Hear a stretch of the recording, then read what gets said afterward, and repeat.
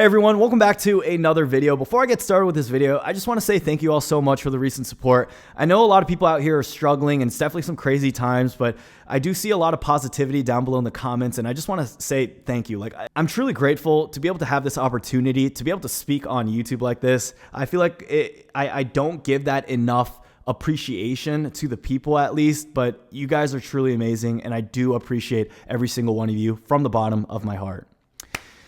Now, in today's video, I want to talk about the perfect stimulus check. And I feel like this is a pretty interesting video to make just because this is the debate that everyone in our country right now is talking about. How much is the perfect amount? This is what our politicians are trying to fight and agree upon. And I really want to give my take on this because as someone who's been on this platform and reading the comments on a day-to-day basis, I feel like I can get a better idea than our senators or people in Congress of people actually struggling, like our like our subscribers, the viewers right now actually going through this. And I'm reading comments of people saying like, yo, like I'm like really about to consider like selling a kidney or something out here, or like this is day 20 of me eating some ramen noodles, or I saw a piece of dust in my corner of the room and I wanted to put some salt and pepper on it because I'm starving. I know some of them are like exaggerating a little bit, but I do know that in reality, a lot of people are actually struggling.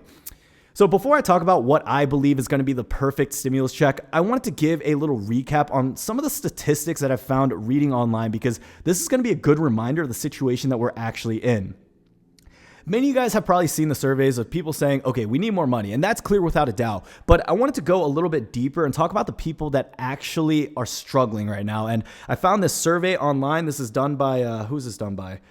Where does it say? Yeah, so I found a survey online done by Career Builder. This was done a couple of years ago, but I feel like it's pretty relevant still today. So according to statistics, 78% of US workers live paycheck to paycheck to meet ends meet. 78% of people. That means if I go out right now, there's 100 people in a parking lot. That means almost 80 people in that parking lot are struggling right now. If they were to miss one paycheck, that means they go into debt. Now, furthering on, the statistics are pretty crazy. I feel like a lot of people need to talk more about this. Nearly 1 in 10 workers making $100,000 a year live paycheck to paycheck. Now, this is a good statistics to reveal that no matter how much money you make, if you have a spending problem, you're never going to be able to fix the issue of living paycheck to paycheck. Now, I do know that most people in this situation where you're living paycheck to paycheck, it's because no matter how hard you work, you could be working 2 to 3 jobs right now. You could be budgeting, pulling everything back as much as possible, but your income is not as high enough to meet the bills that you face every single month. Continuing on, I feel like these are pretty interesting statistics too. More than 1 in 4 workers do not set aside any savings each month. Nearly 3 in 4 workers say they're in debt today. More than half think they will always be. That is really sad. And I do know that debt can be classified as a lot of things. If you guys have a mortgage or if you have a vehicle, an auto loan, that is considered negative debt on your account until you actually pay it off. Then it'll become an asset or liability depending on which side of the egg you want to be on. But most people are going to be inclined to go to school. And school education is a huge thing in the US, but you guys all know how expensive school can actually be, especially if you go to Ivy League or a private institution, or if you go somewhere out of state. Debt is definitely a big issue in the United States. People living paycheck to paycheck. And then once we have a good idea of that, most people are struggling with money in one way or another, we can get a better idea of how much we should start giving to the American people. With senators and congressmen in state, I know they try their best to be able to relate to the people, but when they're in their own bubble, they have their own family and they come from a lineage of family wealth and people who have had corporate jobs or bankers or other politicians, and they really never had to grow up worrying about money. I feel like it may be hard for our leaders to relate to a lot of the American people. Just looking at stats and just looking at papers isn't the same as living a certain way or actually feeling financial insecurities in your life. This is a feeling I personally grew up with. This is something it's very difficult for me to share into words because growing up, not being able to do anything and then having to worry about money every single day of your life as a kid, it puts a strain on yourself that I cannot put into words. And it's things that if you don't understand, it's going to be very hard to be able to relate to people with. And I feel like this is the issue that we're having right now. There's a disconnect right now with our leaders in the state who are so focused on this re-election year where they want to do things despite the American people's best interest.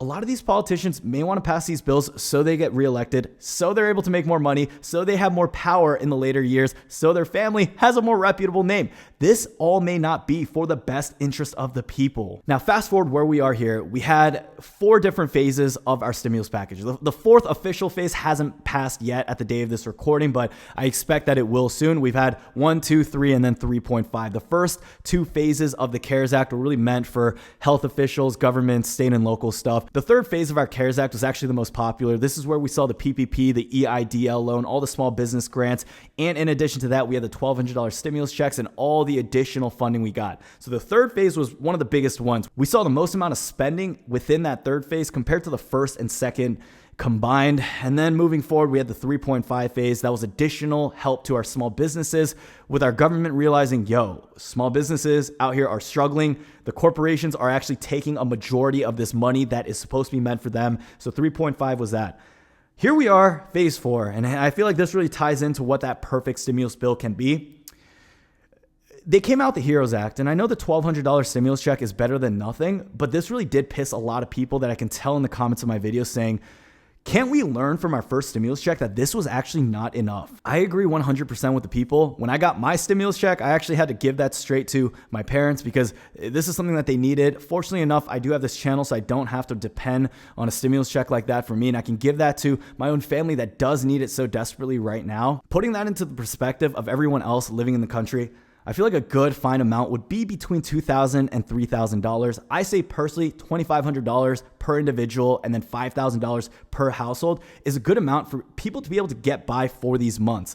It's not just regular utility bills. It's not just rent people have to worry about. It's all the debt that they may have. It's all the food that they need to put on the table. And it's different expenses that are coming up within these next few months. A huge component to a lot of these bills that people are looking forward to is the retroactive position. And retroactive, I know that sounds a little crazy, like retroactive, like Jimmy Neutron. Retroactive, all simply, if you guys don't know what it means, is pretty much anything in the past that we should have gotten, we should see a compensation of that going into the future. And the best analogy for this is if you guys are unemployed, you've been applying for the past 3 months or so and you haven't received anything, usually unemployment benefits are retroactive since the day you applied. So if you deserve to have gotten $600 every single week for the past 4 weeks, all that money comes in a lump sum at once. So people may have received their stimulus check once in the past, but if we go 3, 4, 5 months into the future, that's 3, 4, 5 months of expenses and bills actually piling up. So when things are retroactive, people can pay off those amounts that did accumulate previously in the past. Congress right now isn't really talking too much about a bill that should be monthly, but I feel like this is something that they should also incorporate.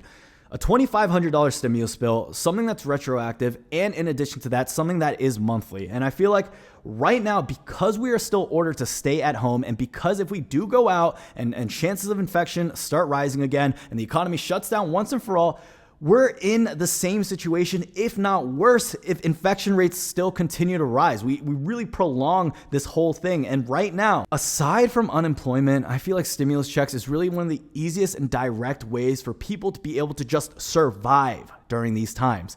Now, we've mentioned also previously in the past, just talking about different cost of living states, New York City compared to maybe Alabama, or San Francisco compared to Utah or West Virginia. The cost of living per state is so different, where one $1,200 check is not going to do anything for someone who's living in this high cost of living area.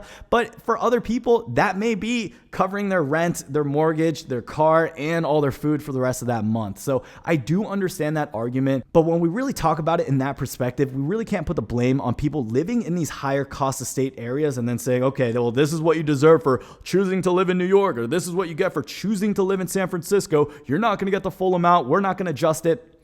We should really be looking out for every single person in the United States. And with our first stimulus check, the government did an awful job at targeting our veterans, the people I feel like should be prioritized. 100%, I'm always going to be for the veterans, people who have disabilities, SSI, retirees, all of these people that I feel like are the most vulnerable in our population were the ones that were seeing the stimulus checks last. And I really wish we could flip that Everyone should be getting their checks, but there really should be a focus on the people that cannot do anything about it and the people that need it the most. That really was my video right there, you guys. I mean, I didn't want this to be too long. I know a lot of this is speculative, like, Brian, like, what's the point? But to me, the point of creating videos like this is to really be able to rally up the people and to really form similar opinions that we can think of. Now, my opinion may be completely different from yours, but I really want to hear down below what you guys think. Do you guys agree that this is the ideal perfect stimulus check if we had no budget, if we didn't have to worry about anything else, and we didn't give out some stupid, like, astronomical number saying everyone gets $50,000 a month, there we go, problem solved? No, we're not talking about that. That would ruin the economy, but an ideal stimulus check. Do you guys believe that $2,500 is a good amount? Do you guys believe it should be more? Do you guys think $1,200 is the perfect amount? What do the people think? What do you guys think down below? Let me know. Put it down below in the comments. These videos, if they do pick up by the algorithm, the almighty YouTube algorithm, drop a like on this video. More people will see it. More people will engage with it. More comments will happen on the bottom of this video. And I think we'll be able to see a lot of really good different perspectives and opinions. Let me know what area you're from as well. Are you from the West? Are you from the South? Are you in Maryland? Are you in DC? Like, let us know down below and let us know if this amount is enough for you. I know there's definitely going to be a lot of interesting perspectives, and I really want to see a lot of the different comments on what you guys believe is going to be the perfect stimulus check as well. So leave it down below. Thank you guys all so much for the support. Like always, I love every single one of you guys. You guys are seriously so amazing. Thank you guys again. Don't forget to check out one free stock down below with Webull. If you deposit $100, you can win up to $1,400. So different finance products out there. If you guys want to support the channel in any way, don't forget to check out the links down below. Like always, I'll see you guys in the next one. Peace out, my people.